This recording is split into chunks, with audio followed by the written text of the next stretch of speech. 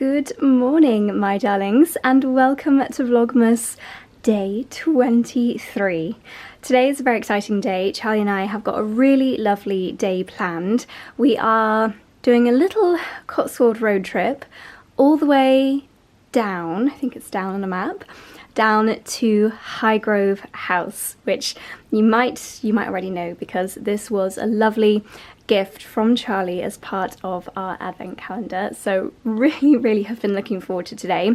We have got a festive lunch at Highgrove, but it's not until 2:45, so I don't know what the package is, what the deal is, if we're allowed to have a little look around the house beforehand, not too sure yet.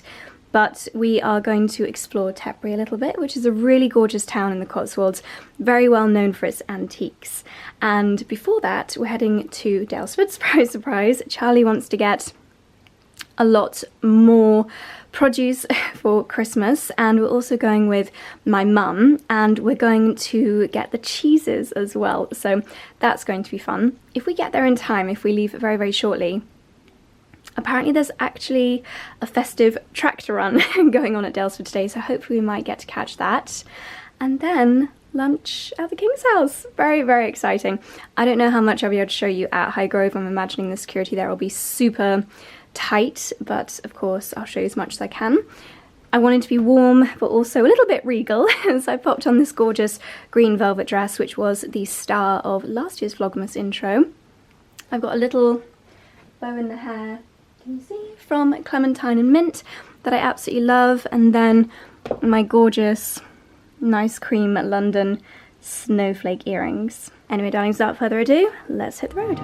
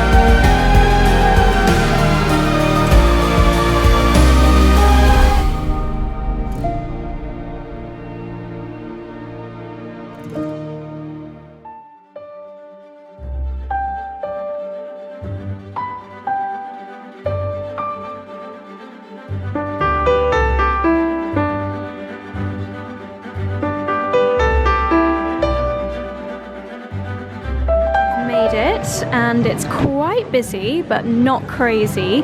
We are beelining straight for the cheese room. Ooh, what is this? Caramel, oh my gosh, look how lovely this looks, Lola. Caramelized onion and olive focaccia. Here we go. I love these little tasty sections. I picked up that last time because I tried a bit and it was so tasty. What do I do? Just do a little scoop.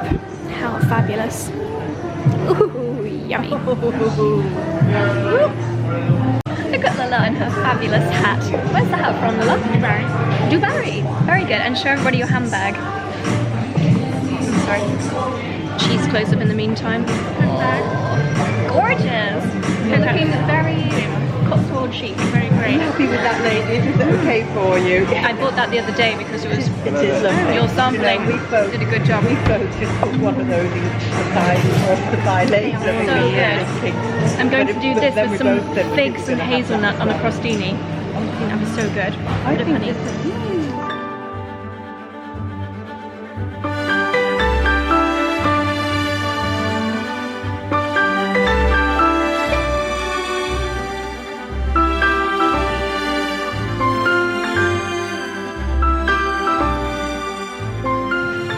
That you actually get the cheese room to yourself here at Daylesford. We have snuck in early because these will sell out. They've already sold out of gorgonzola, truffled brie, a few left of the roll, right? I've just grabbed a raclette, because I feel like that's really festive. Yeah. And we need a couple of hard cheeses. Yeah. What have you got there? This is parmesan for the cauliflower broccoli cheese. Okay. What are your favourites? Should we get some Colston Bassett? Which one's Seeing as that? they've sold or We definitely need a blue stinky, don't we? yeah. What about? We'll try a Stickleton. Yeah, that looks good, doesn't it? Should we try the one that's David Beckham's favourite? Big chunk of Emmental going in the basket. Looks like the mice have been at this one. And then we've got the waxed. I think these are all made at the creamery here. Vintage cheddar. Yeah, they're cheddars, aren't they? Adelstrop. That's the town next door or village. Yeah. Double Gloucester. What do we think? What have we got then? Let's go for the cheese board. Lala's doing a stock take to see how they will look on a cheese board. What's that one? That might be for the mac and cheese, cauliflower cheese. The raclette we could put on the board, but can also go in a cheese. Oh yeah, I think we've got plenty here, haven't we? I think so, because we've got that, and then we've got the other that soft one. We've got those two softs. Yeah. I think that's okay, don't you? And then we've Perfect. Done half the shopping, and now we're having a quick stop for brunch in the leg bar. We've got a nice little spot by the fire. Yum.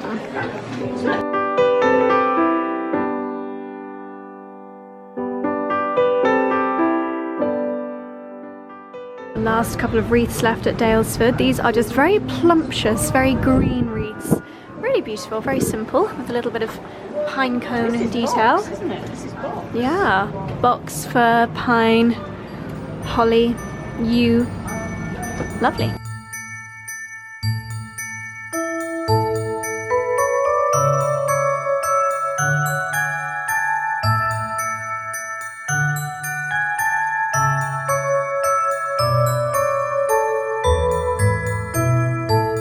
Into the Bamford clothing boutique, and I've just been drawn to this beauty. It's red, very thick.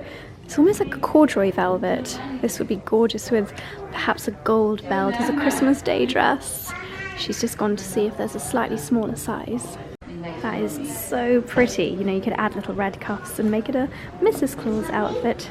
I've popped the dress on and it is just festive perfection. Unfortunately, I'm having to hold it in at the back because it's just much too big. This is how it looks when I'm not holding it in. It really is the most wonderful festive colour and fabric. Such thick, luxurious material.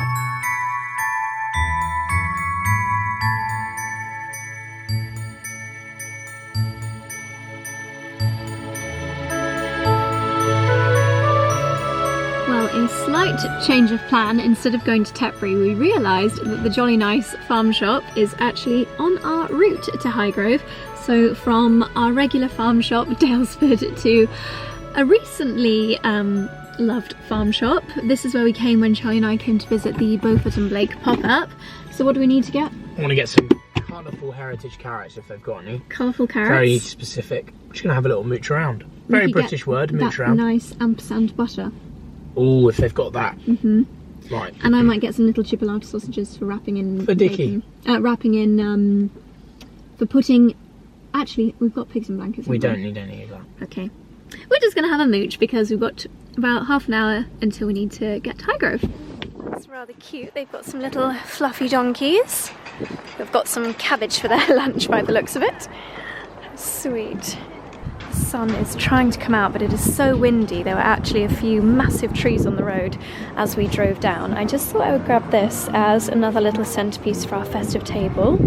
And then of course in a few weeks we'll have some beautiful crocuses in bloom. I've got some lovely festive sprigs of foliage, although of course I would recommend foraging.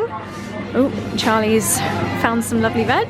Well, he's found his colourful carrots. We were saying we really love this, and I think more places should do these little boards to tell you what kind of potatoes are good for what. Yeah, I just think it looks so lovely having these trays of fresh organic veg. How much more exciting that looks than a plastic bag of carrots. Did you know that this is how sprouts grow on these big long stalks? I've never actually seen them sold in shops like this before. Of course, when you get home, you just have to pop them off, but yeah, this is how they grow. I wonder if you could slice the stalk and use that in a veggie stock. Probably not a bad idea.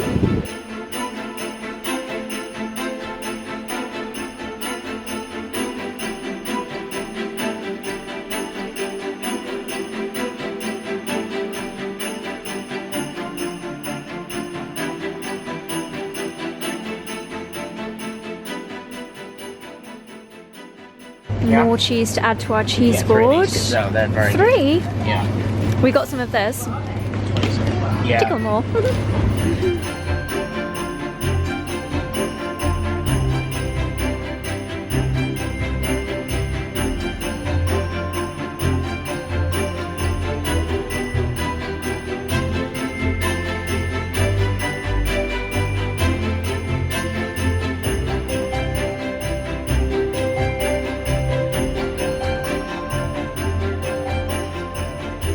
Made it to Highgrove House. We're in a room called the Orchard Room, which is where we're going to be having our lunch. I think I will be quite restricted what I'm able to film out and about other than in here, but I will show you what I can. But there's a lovely little statue of the house here in this room. It's such a beautiful building. I can't wait to have a little explore.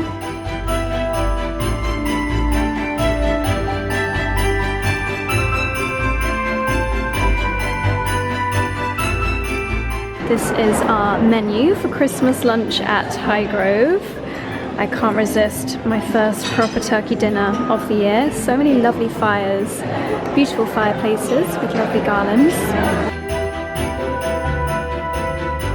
Well, we've had a lovely lunch and Charlie is looking at the grandfather clock. So we are now exiting via the gift shop, and what a lovely little gift shop it is. We didn't see Charles. What are you talking about? I saw him. Gutted.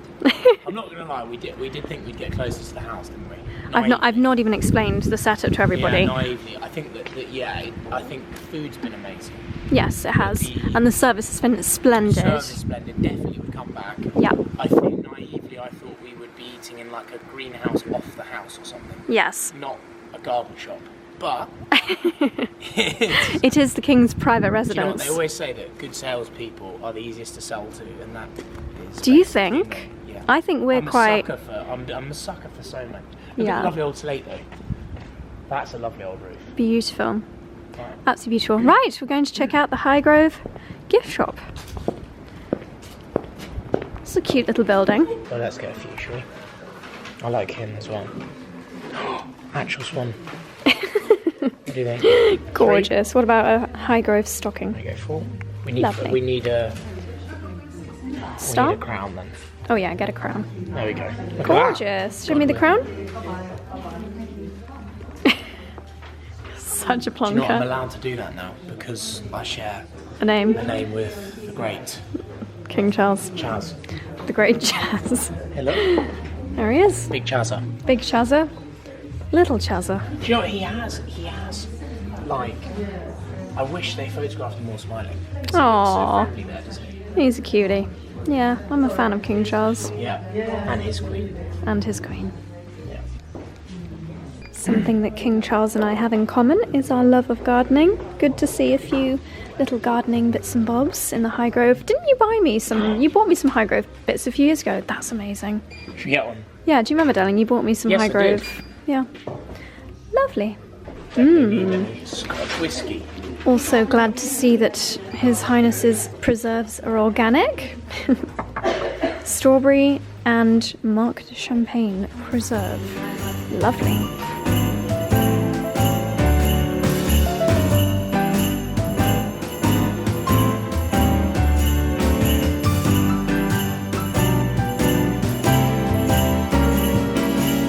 Okay, we are back in the car after our festive lunch with King Charles. That'd be good clickbait, that would. Yeah, we had Christmas dinner with the King. I mean, to be fair, they did a really, really lovely job there. The food was great, the service was excellent. Great, food was 8 out of 10, service 9.5 out of 10. Like, yes. Really good service. Yes. Lovely people. I think it could be made a little more clear that you're quite far away from actual Highgrove House. Yeah, It's over there. When I booked it, I obviously didn't naively think for 1 minute that we were going to be in Highgrove House because it's a private residence, but I thought it would maybe be like an orangery or something off the building. A wing of it. Yeah, and it's a garden shop that's kind of like what the coach house is to our house. Yeah, we were joking. We were saying we should organise afternoon tea at the old rectory and invite everyone, but then actually it's in the bothy shed down the lane. But then maybe it was explained somewhere I didn't see it. But but what I would say is it was a really nice thing to do, and I think we will definitely come back to look around the gardens, which you can do for about 8-9 months of the year. Yes, so if you want to get closer to the house, you need to book a garden tour, and we wanted to do the one with Alan Titchmarsh this summer, but it sold out really quickly. So hopefully we'll get to do that next year, and then we'll get to see the actual house. I think I showed you the tiniest little clip of it as we drove in. Maybe we'll get to see a tiny little clip of it as we drive out. But it's been a lovely day out. Lovely to stop at Jolly Nice Farm Shop. Yeah, that was actually a highlight as well, because I forget how good that is. I love Jolly Nice. Very good. Just bring it an hour closer to us. Yeah, well, I think there's a few farm shops. I think next year we're going to be talking more and more about farm shops. Not to bore people now, but we've talked about them a lot. yeah, this but year. do you know what? Even more next year. I've been listening to a few different things. I listened to it's the first female chair of the NFU. She's been the chair for about 8 years now. She was on the podcast I listened to called Leading, and she was talking about British produce and, you know, some of the terrible things that Boris Johnson and Rishi Sunak, the Conservative Party, let's not get political. no, but some of the terrible agreements they've made that have affected British farmers. Hopefully that if we all become more aware of it and we shout a bit louder, then they will. I just think you can buy better things in farm shops, like a better selection of veg. It's better for you. It's better for everyone. Better for the economy. Yeah. Better for your Christmas dinner table. So and a more enjoyable shopping experience, actually. Highly encourage you to find your nearest farm shop. Yeah, and I think not everyone's got access to one within half an hour, but I'm pretty sure that, I mean, look, there's a lot of farm shops around. Or online. Anyway, right, we're going to get going. We've digressed. Right, let's see if we can catch a glimpse of King Charles on our way out. So this is the kind of parkland, and you can see, oh, there it is. Beautiful. There is Highgrove House. We were told that we were not allowed to stop on this road, but there's a little glimpse of the King's favourite residence and some of his beautiful gardens. Okay, we are home again, and I thought we'd show you our loot for today, because we've picked up some really nice pieces, some obviously essentials that we needed for our Christmas dinner, and then I did pick up a little something from Bamford, and then we got some bits from Highgrove. I'll go through my Bamford bits and Charlie can go through the Highgrove bits. So I didn't end up getting the gorgeous red dress because, as stunning as it was tragically just that little bit too big for me. But I was thinking this would just be rather fabulous throughout the whole festive season, but especially on Christmas Day. Oh, they've got festive tissue paper. I thought this would look gorgeous with my white knitted Reese skirt. And it is a Father Christmas red cashmere jumper. Doesn't look quite as gorgeous colour-wise in this lighting as it did in daylight, but it's so lovely, really beautiful thick cashmere, going to be so nice and warm. So on Christmas Day, maybe after we've had our dinner, when we get changed into slightly more comfy clothing, this with my knitted skirt will be gorgeous. I think I might actually wear it tomorrow for our final lunch out with Chloe. That will be lovely. And then from Jolly Nice, the farm shop, I got 2 little pots of hellebores. Oh no, I didn't. I got 3 pots of hellebores. They're so lovely, and I'm going to pop them into my little terracotta pots that I've got in the greenhouse. I'll do that tomorrow, and they can go on our Christmas Day table and Boxing Day table alongside these little white crocuses. And of course I've got so many things growing like this in the greenhouse, but what I need to do is find some moss, because then I can pad out the top and it helps to keep the moisture in the soil, and also it just looks a little bit better as well. So I'm sure I can find some moss on an old wall somewhere around here. And then rather randomly, I also picked up this low bowl from Jolly Nice, and it's actually got a hole in the bottom, but I've plugged the hole with the price sticker, and I'm going to line this with foil so that I can put water in it, and then I'm going to put a chicken wire grid over the top, and then just like I did yesterday in the greenhouse with the foliage for the posy glasses, I'm going to make a low kind of centerpiece for our kitchen table, or even just here on the kitchen worktop, with again yew, holly, ilex, just to make like a festive low lying centerpiece. Ilex is holly, by the way. This is officially the best Christmas card I've ever received. So this is Wolfie's cat son's work. Oh! And I, for one, think that is impressive. That is gorgeous. And she's even written, I might even frame this. She's even written on here, artwork by Wolf Wilson 2023. I mean, if your son isn't destined for greatness with a name like Wolf Wilson. He needs to be a superhero when he grows up. He is already a superhero. But yeah, sorry, quick shout out to Wolfie. Look at that. That is a work of art. Awesome. A true work of art. It's amazing. Do you want to talk through your veg box, darling? Yeah, 2 seconds. We were planning on having pies for dinner, and the Jolly Nice pies are amazing. We actually bought 4. We can freeze them though, can't we, darling? We can, but we'll probably, to be honest, we'll have what dates on them, do you know? They're pretty fresh. So 28th. Yeah, so I think we'll keep them for now. Are they freezable? Yeah, but they're really good pies. Mm. Plenty pies. Breton chicken. This is free-range chicken. Breton. Onion, gammon, apples, parsley, Ooh. black pepper, whole grain mustard. I like the veggie one. Yeah, your one is golden beetroot, which I think we need to grow because it's just so pretty. Cheddar cheese, onion, spinach, butter beans. I can smell the cheese. So today we bought some salted butter, lightly salted butter. I haven't seen this one before, but it's Barclay Farm Dairy Organic. It's nice. British, thank you very much. We also got some purple sprouting broccoli, which is coming towards the end of its season. I don't know where they would have grown this, because this is British, but I thought broccoli brassicas... You can very much grow broccoli in the UK. Yeah, so this will be having on Boxing Day. I'm going to point this up, mate. This will be having on Boxing Day. I'm just going to... Do you know, I always remember, like, my nan's roasts, and she would steam every vegetable to the point that it basically was... Every vegetable was just the same colour and the same texture, and pretty dreadful. Can I request that I get to keep the stalks for my... Well, I'll roast the whole lot. So that, olive oil, bit of salt, tiny bit of garlic. That will be really nice. Then serve with some butter. Nice. With the beef Wellington. So that'll tick that box. This is obviously a cabbage. Cabbage. Um, Donkeys like eating cabbage. Yeah, that's also... yeah, so that's meant to be with pies. You like my donkey impression? Yeah, it's impressive. And then we've got these, which I wanted to get some heritage colourful carrots.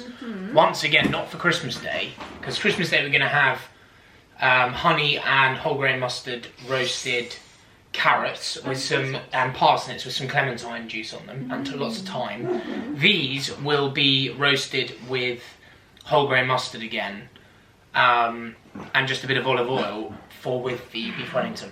Can I just interject to tell everyone what you agreed to over lunch? So basically, Charlie's mum and dad are joining us after the majority of us have eaten our Christmas lunch. So at like 4 PM they will come and we will have already eaten it too. And they did request that they would like to have some of our leftovers. And I keep seeing this Christmas gravy fondue on Instagram and no doubt on TikTok as well.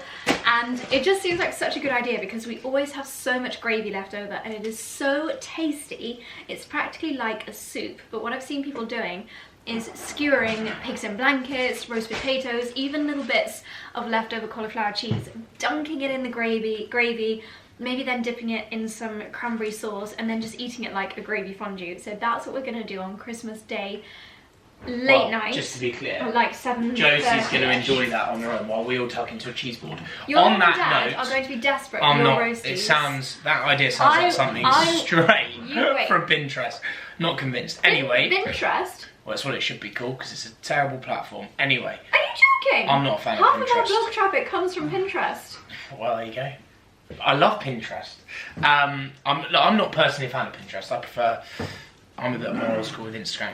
Roll Right Cheese. This is literally was made originally at our friend's farm. No longer, but here, look. Why no longer? Because he owns the farm and he no longer makes it. Ben doesn't make the cheese anymore. If Ben's watching and he made this cheese, we would not be eating it.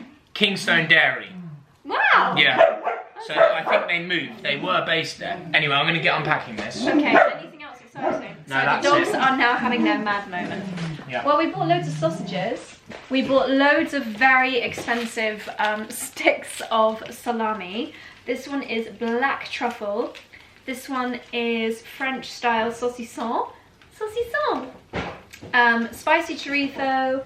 And the other flavour is fennel and red wine, the Cotswold Cura British charcuterie. Because this is another thing, in M&S Food yesterday, I looked at the ingredients in those like packs of French saucisson. That was horrific, wasn't it? Awful, absolutely awful. Do you know what? M&S I love because they're British. Yeah. But my goodness, do they need to up their game? Because the 85% of M&S is not real food. No. Okay, so the ingredients within this, interesting, RSPCA approved pork, salt, demerara sugar, garlic, red wine, fennel and ground. That is so impressive. Yeah, they are expensive though, that's the only thing I'd say.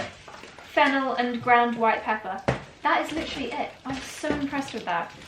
Okay, that's what we picked up. We did also get a few little tree decorations from Highgrove. I think we showed you most of them. Got a little Highgrove watering can, a Highgrove Christmas tree stocking, a swan, which are protected by law as they are the Queen's animal. Would they be the King's animal now? Yeah. I guess so. Maybe a dove, maybe a partridge in a pear tree.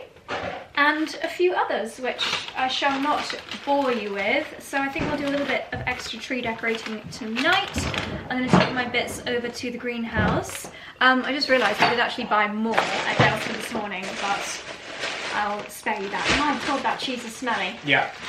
The other cheese is in the fridge outside already.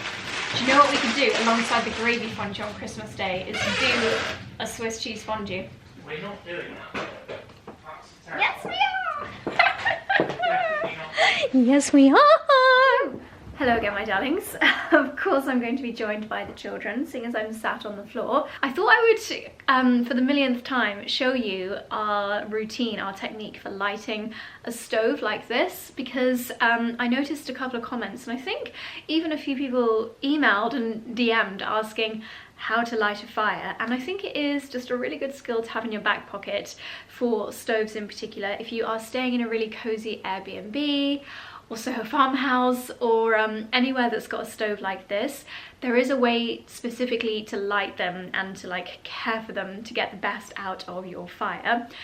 If you didn't know, because I have seen that there are over 5,000 new faces here on the channel as a result of Vlogmas, so thank you and welcome if you are one of the new visitors to the channel. You may not know that Charlie and I actually have a gorgeous, super cozy Airbnb, which is the perfect base and place for exploring the Cotswolds.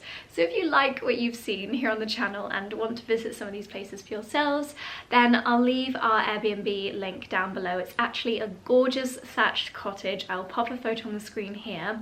There's a small chance I might be able to take you there tomorrow morning, because obviously we've got a company that does the cleaning and the bed changeover, but Charlie always likes to go in and do the final check. We hold the cottage to really high standards. It is on par very much with the Daylesford cottages, with the Soho farmhouse cabins, on both price and luxury. I would say you actually get a better experience at Store Top Cottage, but I'm obviously very biased. You get local produce, bread, milk, wine in the fridge, cider in the fridge, all locally sourced. You often get cakes, and the family that have the couple that have been there this week, I believe they actually got engaged there, which is so sweet. Charlie went and took a load more logs over to them yesterday, and yeah, they were newly engaged. And he also took some Daylesford cakes. I think we are soon to get superhost status on Airbnb, which is amazing because it's all 5-star reviews, so there we go. It really is amazing, and I have to say, Charlie and I do go above and beyond to ensure that our Store Top Cottage guests have the most amazing experience. And why are you looking at me like that, my sweetest bunny? But the reason I mention it is there is a charnwood stove in Store Top Cottage. It's a 2-bedroom cottage, sleeps 4. Most of our guests are just couples, to be honest, and we've actually got a reel on the Store Top Cottage Instagram which is the tips on how to light a fire. But I will quickly show you if my sweet Oh, you smell divine. A little bit cheesy, but I love it. Right, so first tip is that you actually want to have a bed of ash at the bottom, so you don't want it to be perfectly clean. This is exactly how we leave it at Strawtop Cottage. Nice and clean on the windows, but a bed of ash at the bottom, and that actually helps you light the fire. Next, you want to build a Jenga stack. That's what we call it, out of kindling. Again, any good Airbnb host where you've got a stove will leave you with some kindling. And the way that I do it is basically put 3 down at the bottom. 1, 2, 3. Can you see this? 3 down the bottom. And then 3 going the opposite way, leaving little gaps in between. Another 3. And I've got 2 left in my hand, so we'll do 2 for luck. So it looks like that. And then we take a couple of fire lighters. 3 should do the trick. 3 little fire lighters. Again, we provide these for our guests at Strawtop Cottage. And just shove them in.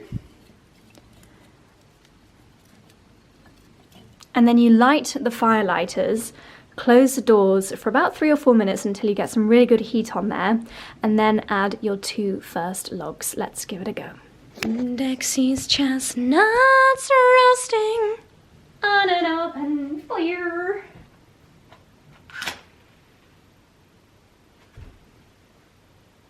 Great.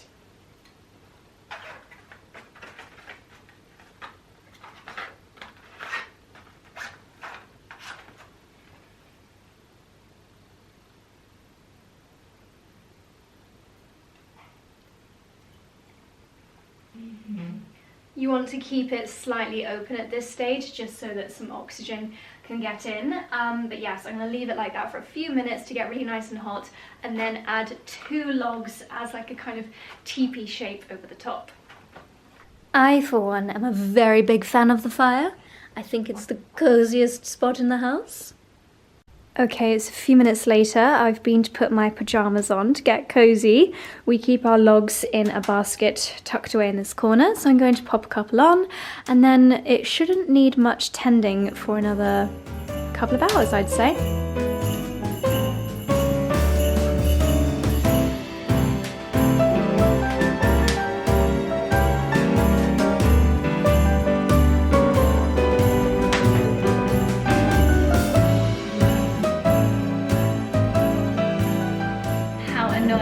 That the label from my pyjamas is poking out and was probably visible in that shot. These are the new ones from our advent calendar yesterday from Yoke. And speaking of which, it is time for today's advent calendar. Let's go upstairs. I'm going to take a gingerbread man to feed me during the mission. Yummy. Oh, it smells amazing. We are down to the last 3. Final countdown. So you're going to do 2 now. Next year, if we do the calendar again, we're going to have to stick to doing them consecutive, like 1 by 1. So otherwise, what are we doing now? 21 and 22? Nope, 22 and 23. You've done 21. We actually only need to do 22. Why? Because there's 2 vlogs left after this one. I've hidden the gifts now. I'm not unhiding them. I'm sure I won't find them. Okay. 22. Right. 22. Well, that's a shame because 22 is quite boring, but here we go. That's quite alright. Today has been an advent gift in itself. Well, it links to today. Ah, Dexter's favourite piece of artwork. He's a big art lover, isn't he? I was presuming the picture of him, but I can't remember if he's still got that in this house. You tell me. Is it in the entrance hall? You tell me, mate. Let's go and have a look. I think it is in the entrance area. While we're walking, can you just tell the vlog your review of my gingerbread man? Probably the best thing you've ever made. Woo! Which, in the nicest way possible, isn't exactly a high level. However, they are. Honestly, I would go as... I'm not a big gingerbread fan. The level of flavours in that, different spices, amazing. And the crunch, even Paul Hollywood would be impressed by the crunch. No soggy bottoms yet? No. I mean, everyone... Yeah, so hang on, let me approach Dexter's favourite piece of artwork. Yes, him and his brother. Yeah. Right. It's Dickens' terrified face. Oh, this is so funny. What's this? Welcome to NFU Countryside.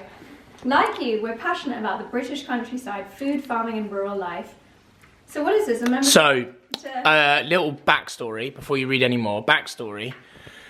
A lovely follower messaged me on Instagram and said, this was boring. Well, One of our followers recommended well, what I mean is, it's not a physical gift. And what I like is, give me physical gifts. But I don't mean it like that. I think it's not the most exciting gift, but it's a really interesting gift. So it was a really lovely idea.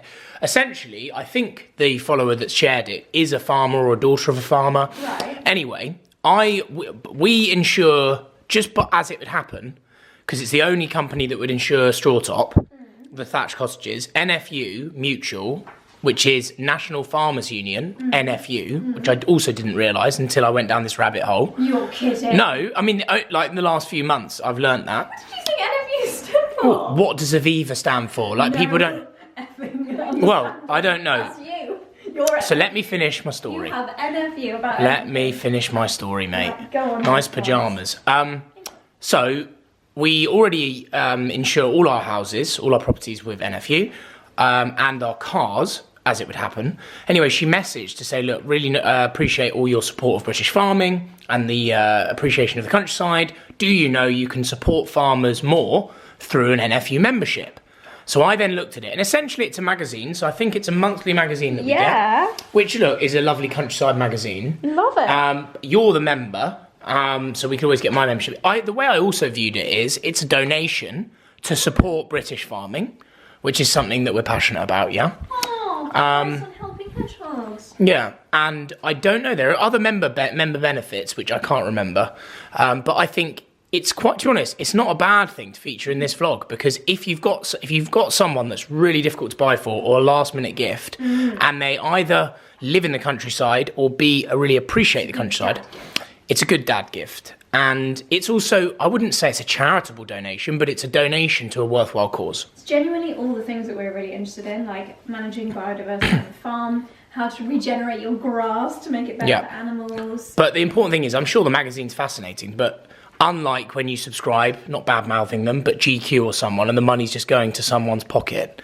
this is supporting British farming, consequently supporting our economy and our ability to support our own country. And if the horrible stuff going on in Ukraine has taught us anything, our reliance on imported goods, we do need, and I know it's getting a bit boring me banging on about it, but it's because I've been listening to more and more podcasts about this, we really do need to start supporting our farmers who keep the countryside beautiful. You should be our Prime Minister, mate. Yeah, good luck with that one. Let us know down below if you would vote for Charlie as Prime Minister. Do you know what? I would be a terrible Prime Minister because I'm far too passionate and I say too many... Because to be a good Prime Minister, you need to tell lies. No, but yeah, I would. But I think I'd be a good number 2. Or a good enforcer. So, you know, like Prime Ministers occasionally need someone to go in and just... Get stuff done. Yeah. I would do that. You'd be the one that goes on TV and like speaks passionately, because if someone threw a weird question at you, you would do what all politicians do and just skirt around the question. Do you think? I don't think I would. I think I would answer it truthfully, and then they would say, sorry, but you've done exactly the opposite of what politics requires, which is don't answer a question and just tell us about your policy. That's where I don't think I would do very well. And do you know where I wouldn't do very well? And this is a shout out in a way, because we all slag them off, but I actually couldn't do that job because I wouldn't be able to sleep at night. Politicians? I wouldn't be able to sleep at night because there's just so many people relying on your decisions. Anyway, we've gone off track. And dare we say it, they don't get paid enough for what they do. Controversial, but that's for another time. Yeah, well, the current lot definitely get paid enough for what they do because they're all bloody hopeless. But generally, if you want to get great people, you are going to have to pay bigger bucks. Yeah. But that will probably divide opinion. But anyway, sure will. We aren't a politics podcast. What we are, though, there we go. But support British farmers. And yeah, do you know what? Thank you to the lovely follower whose name I can't remember, I'm sorry, we get a lot of messages, but I just love the fact that people are willing to message and highlight these sort of things. And it shows our followers and us have a lot in common, a lot of common interests. Yeah, and we're all learning. Like, I listened to a podcast, I recommend it. Molly, who will be listening into this, please link it down below. It's on the Leading podcast with Alistair Campbell and Rory Stewart. And they interview, and I can't remember her name, but she is like the head of NFU. She's the first head of NFU that's been female. Oh. She's a female farmer, but it's kind of almost like you pause farming for a bit while she takes on the role, because it's such a big job. And she spoke so well and was so inspiring. So it's a really good podcast to listen to. Just before we end this segment, this is really interesting. Top 6 reasons why British farming is so important. Number 1, British farmers provide us with high quality, safe and affordable food. Number 2, British farmers are proud of their world-leading welfare standards, very important, animal welfare. Yeah. Number 3, British farmers protect and enhance our iconic countryside. And just on that note, like that, forget whether you eat meat, forget whether you agree. Even vegetable farmers. This is what I mean, and this point is something for everyone to have a little think about, because a lot of government policy has actually told farmers to rewild, to plant loads of trees, which is, okay, in certain areas great, but it's so important that we keep the countryside looking like it does, because that brings in so much money through tourism. Yeah, and on the calendar, so February, it actually says here that there are an estimated 125,000 miles of beautiful dry stone walls, and these are maintained by the farmers in the UK. Well, we've seen it firsthand, and everyone on the vlogs have heard it. Even today, though, just quickly, we've even seen it where farmers have stopped. Today's a really windy day, stormy in. Yeah, it's such a funny name for a storm, but I shouldn't laugh, because it's doing damage to this country, right? And the farmers are stopping during their working day and getting the trees sorted. Council nowhere to be seen. It's the police and the farmers. So, you know. So reason number 4, British food and farming is worth over £120 billion to the UK economy. That's and it should be worth more though, because think about things like British beef and just the UK is and maybe was more, but a strong brand, and we should be leading this. Yeah. Number 5, the food and farming industry creates over 4 million jobs, which is 14% of the national workforce. That's mega. Does that make sense? 70 million people in this country. Agriculture, food manufacturing, wholesaling, retailing and catering. I mean, when you think about it, my brother, he's a driver for British Produce. Correct, yep. Reason number 6, British farmers lead the way with climate-friendly farming. British farmers have an ambitious goal of reaching net zero by 2040. Many farmers have also diversified to produce renewable energy that helps power an average of 10 million homes in the UK. Interesting. Obviously, they're one-sided facts. I will just be the middle ground here. But what I would also say is, because we have a lot of listeners and followers and watchers from abroad, this isn't just all about UK. But what I would say is, whether you live in France, US, whatever, we all should support our own countries first in terms of where we shop. And that's the thing. If you live in France, I mean, Italy, God, you're so lucky with the produce you get, but I bet half of the Italian food is probably imported. And I bet it is. I bet you'd be surprised. In supermarkets, I bet you'd be surprised, because I won't go into it now, but countries and governments have made agreements and incentivized to import stuff. Because it's not always more expensive to shop British. It really isn't. It might be at posh farm shops like Daylesford, but it shouldn't be everywhere else. But I think that's the point. But that's going to be our New Year's resolution, I think, is a real focus on that. And let us know down in the comments if you want to learn more. I would love, don't want this channel to suddenly be all about farming. However, I would love to go and chat with the boys. We've got a really good butchers in our village that are really focused on pasture fed, well reared, really high animal welfare. They've won animal welfare awards, but less so about the meat. I would love to learn not about the meat side, because I think that could divide opinion, but more just about the principles and why they love farming. They're young and they're agile and they're really, really cool guys. So I think if you'd like to know more about that, maybe we could do a bit of a series. And even like the bakers that we know as well. We could go behind the scenes at Mark's Bakery in the Cotswolds, see how proper bread's made, and see how King's Mill, and I will mention these names because I hate these companies, Hovis and all these horrible Warburtons, family-run business, ruining millions of people's guts. God. Since 1972. Right, darling. Right. Are you done? Yeah, I got passionate. Done on your ramble? Got done on my ramble. Right, well, fabulous, I beg a gift. There we go.